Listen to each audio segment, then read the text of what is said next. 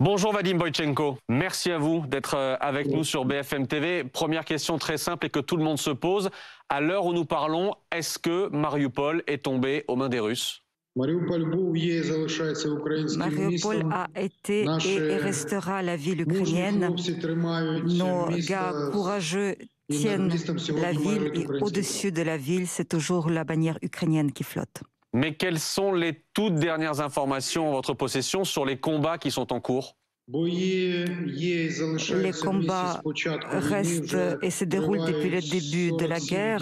Cela fait 47 jours sans discontinuer.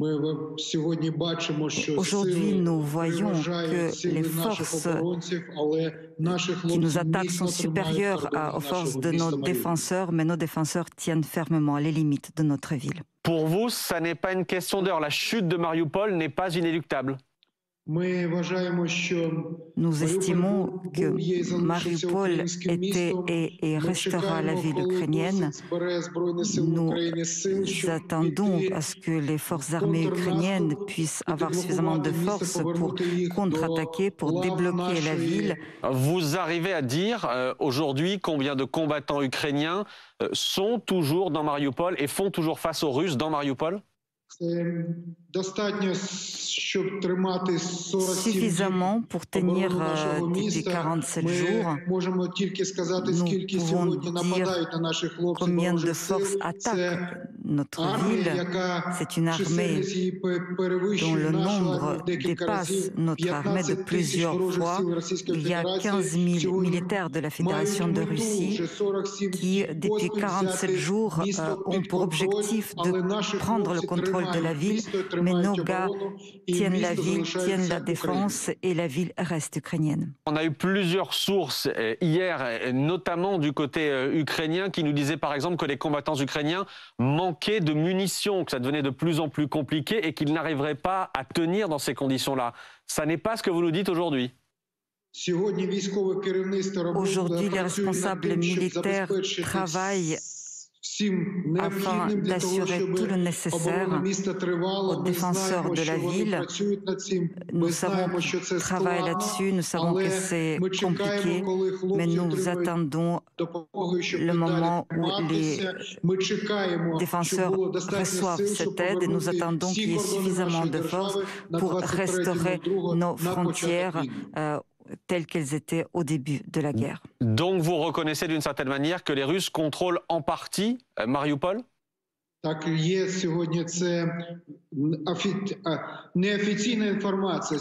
une information officieuse. La réalité est la suivante.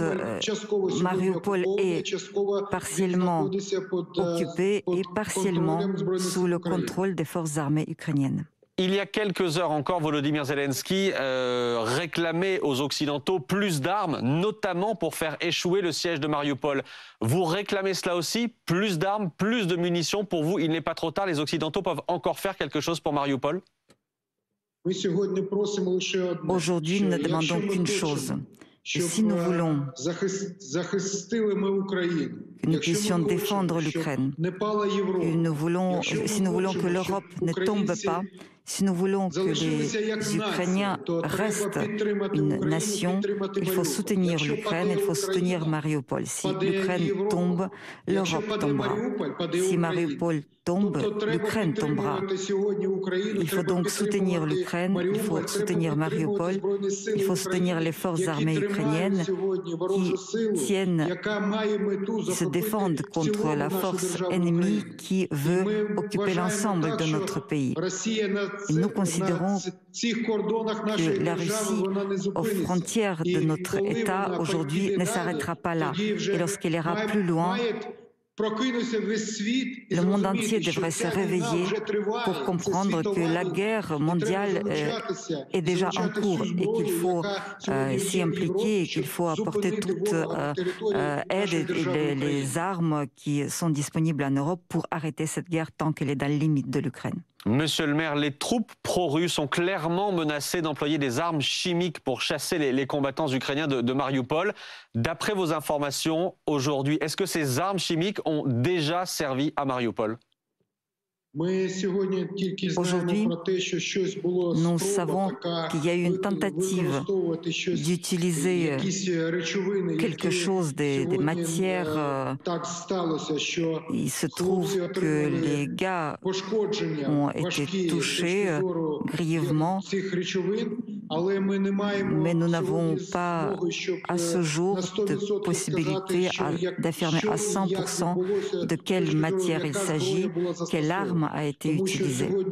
Car aujourd'hui, la ville se trouve assiégée et nous n'avons pas la possibilité de vérifier. Mais le fait reste indéniable. Aujourd'hui, il y a eu une tentative. Si l'objectif est de détruire les habitants de la ville par l'arme chimique, nous l'avons déjà vu que ces armées ne s'arrêtent devant rien. Et cette armée peut détruire la maternité, l'abri où se cachent les enfants, ils détruisent les hôpitaux avec des malades. Nous comprenons que cette force ennemie ne s'arrêtera devant rien, ne s'arrêtera pas devant cette éventualité qui avait été déclarée hier. S'ils ont la possibilité d'utiliser l'arme interdite, l'arme chimique, ils le feront. On a dit votre ville détruite à 90%. Que reste-t-il aujourd'hui de Mariupol ?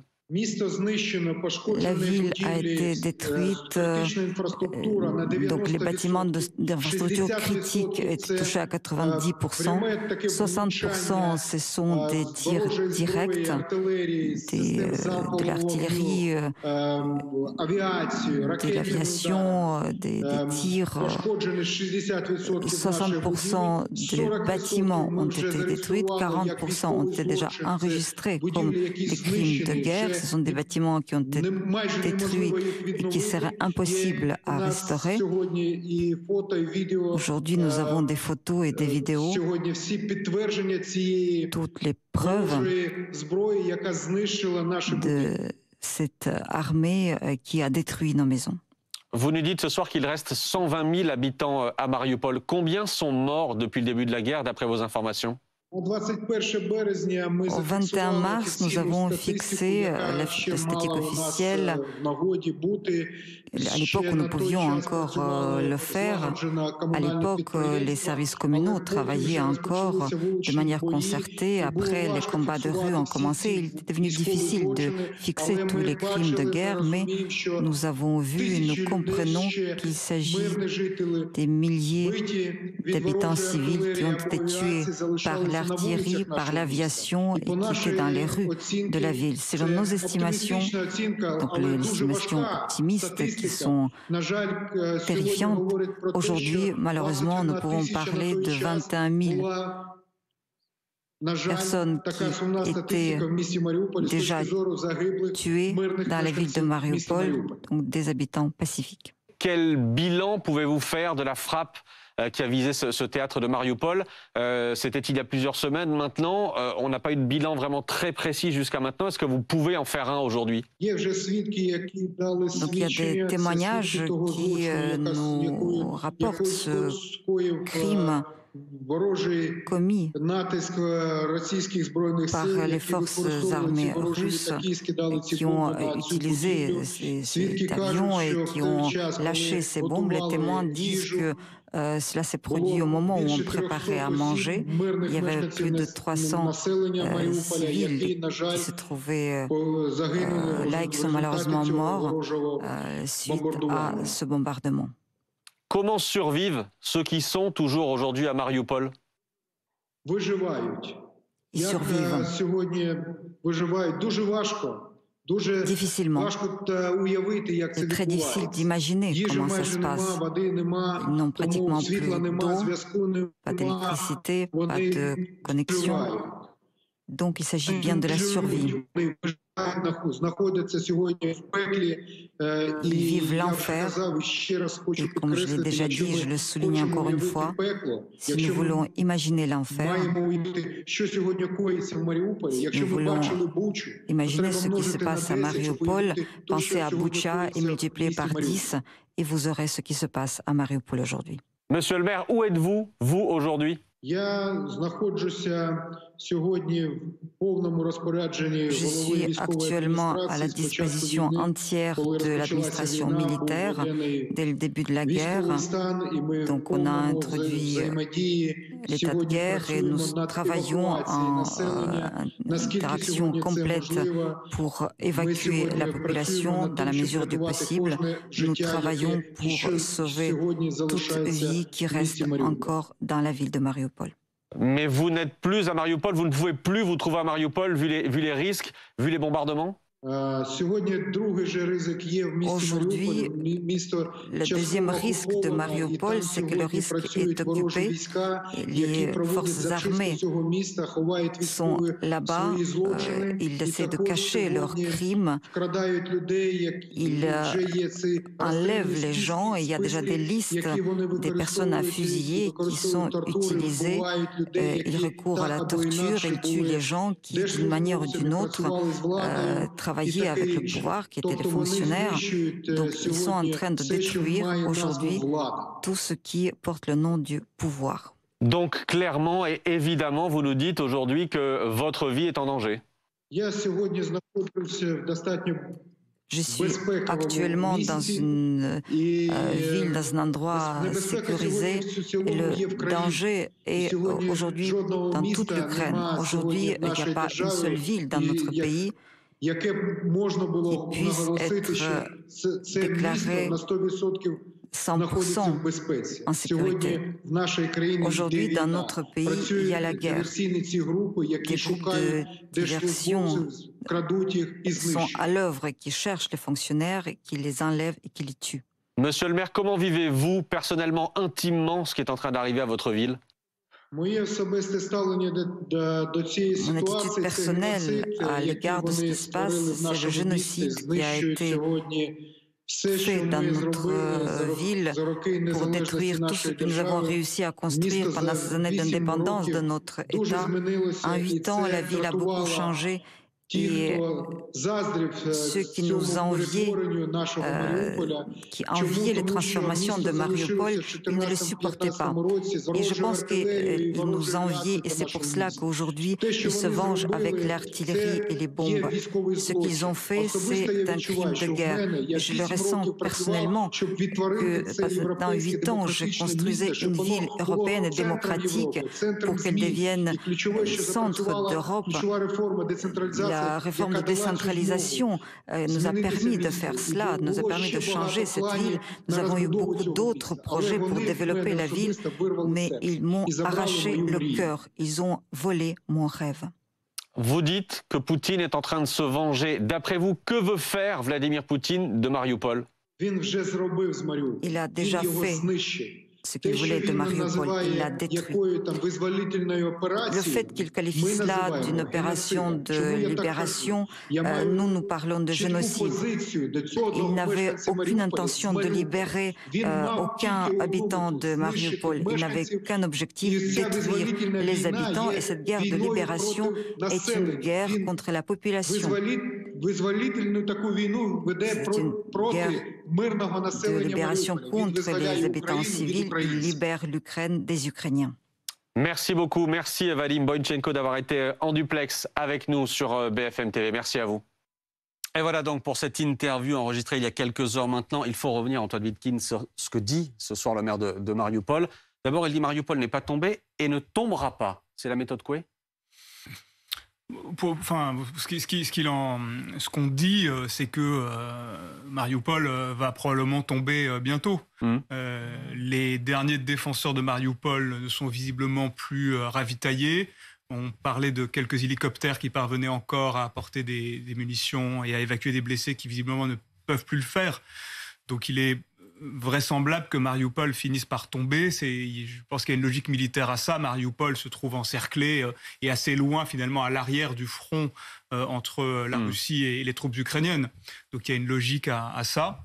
Ce qu'il veut dire aussi, je crois, c'est que les Ukrainiens ne cessent de le dire, c'est qu'ils ne renoncent pas à libérer leur pays. Et je pense que c'est ça que ça... C'est ça le message principal. C'est ça que ça veut dire. Moi, ce qui me frappe dans ce témoignage qui est assez incroyable, c'est son calme, sa mesure dans ses propos. On parle quand même du maire d'une ville de à peu près un peu moins de 500 000 habitants. Absolument. Il faut quand même rappeler que c'est à peu près Toulouse ou la ville de Lyon qui s'est fait littéralement raser. Donc vous imaginez, et je ne parle pas du nombre de morts, lui évoque le chiffre de 21 000, on saura sans doute un jour. Une autre chose qu'il nous dit là, dans ce témoignage, qui est la même chose que ce qu'a expliqué le président Zelensky, avec d'ailleurs plus d'émotion encore et un peu plus de colère d'ailleurs que ce maire, c'est « nous avons besoin d'armes ». Et effectivement, face à ça, alors, on peut espérer qu'un jour, les responsables, notamment du bombardement du théâtre, seront identifiés et jugés, parce que ce sont de véritables crimes de guerre. Il y avait des enfants dans ce théâtre. On peut espérer aussi que les sanctions auront un effet sur la Russie et pourront atténuer sa capacité à combattre. Mais malheureusement, ça va prendre du temps, voire beaucoup de temps, voire ce ne sera jamais le cas. C'est à peu près 10% d'impact sur l'économie, les sanctions. Donc, c'est pas ça qui, à court terme, empêchera la Russie de continuer ses crimes et à terroriser la population ukrainienne. Mais colonel Goya, il est encore temps d'envoyer des armes, d'aider les combattants de Mariupol? C'est ce que nous dit ce soir le maire. Il dit « Allez-y, envoyez, on va y arriver, on peut le faire ».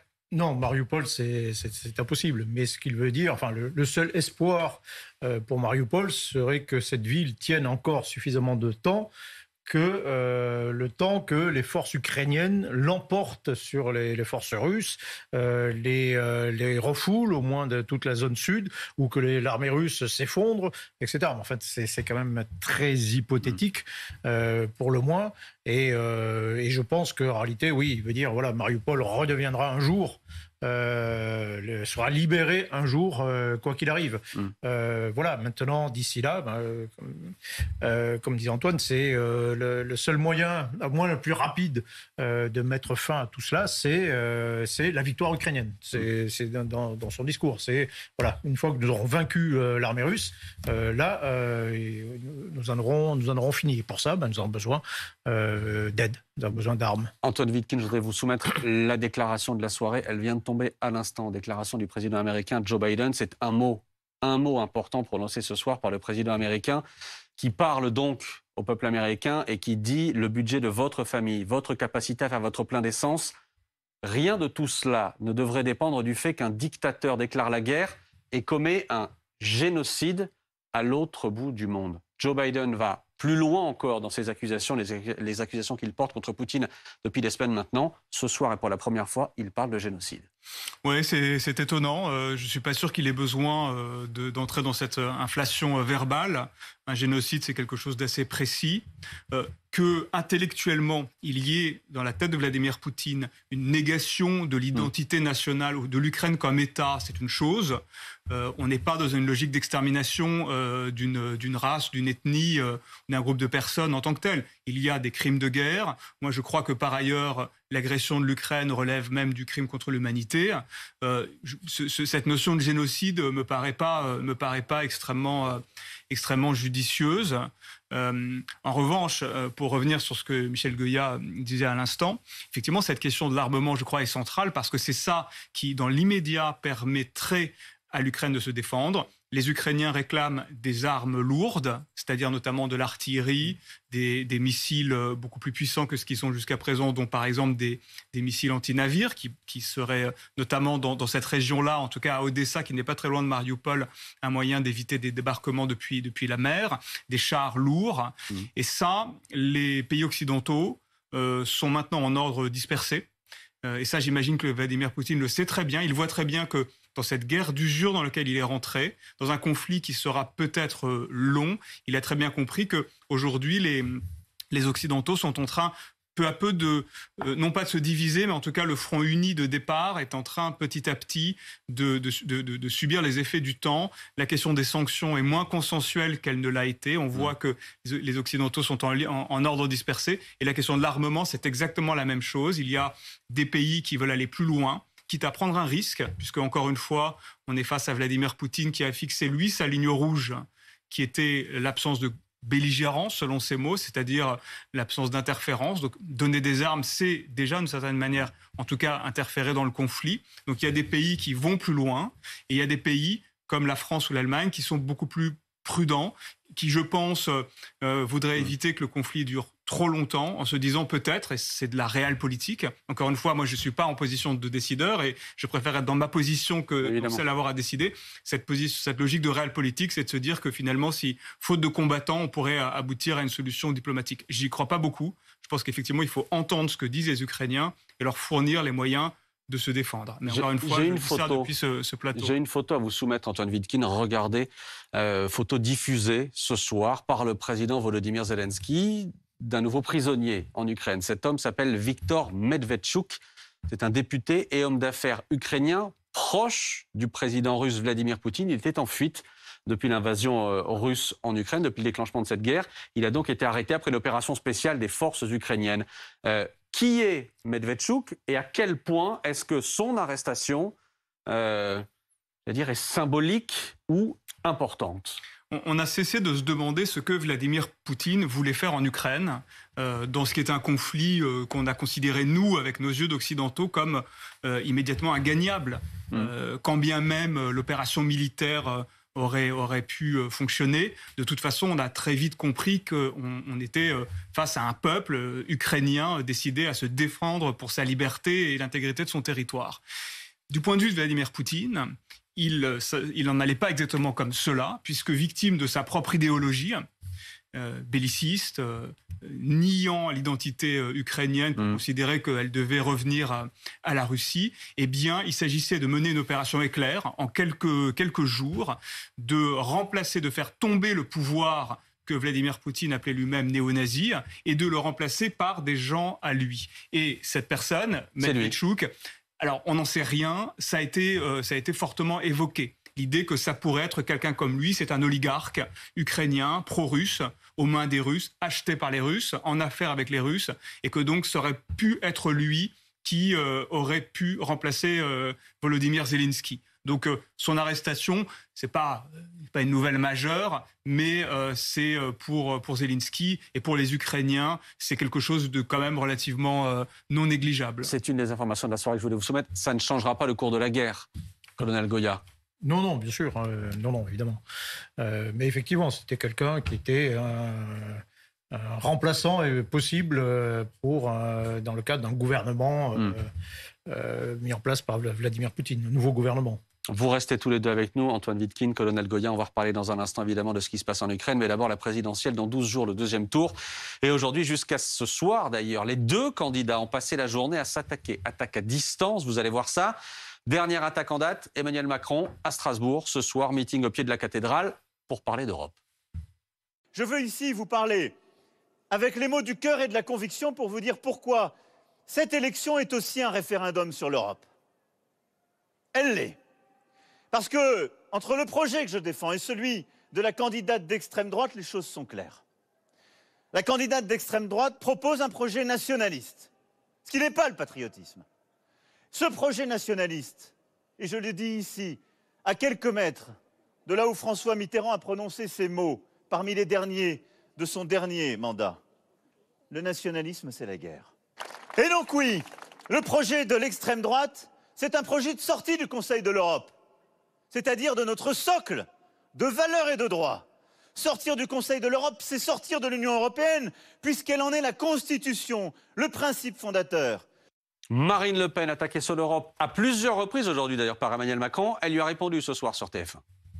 Ce que dit Emmanuel Macron est totalement faux. Enfin, je rappelle quand même que chaque année, les députés votent la contribution à l'Union européenne.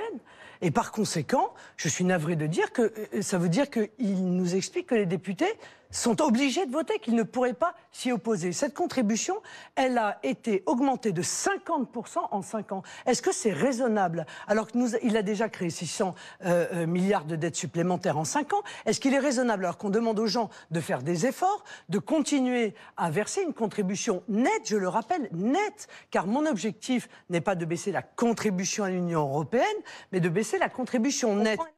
Benjamin Duhamel, pourquoi est-ce qu'Emmanuel Macron choisit l'Europe pour attaquer Marine Le Pen? Pour deux raisons. Une, parce que cela réactive le trauma de 2017 pour Marine Le Pen, qui, vous vous souvenez, à l'époque, eh bien, voulait sortir de l'euro, sortir de l'Union européenne. Cela avait non seulement créé le trouble chez des Français qui, pour rappel, sont majoritairement favorables à une adhésion à l'Union européenne.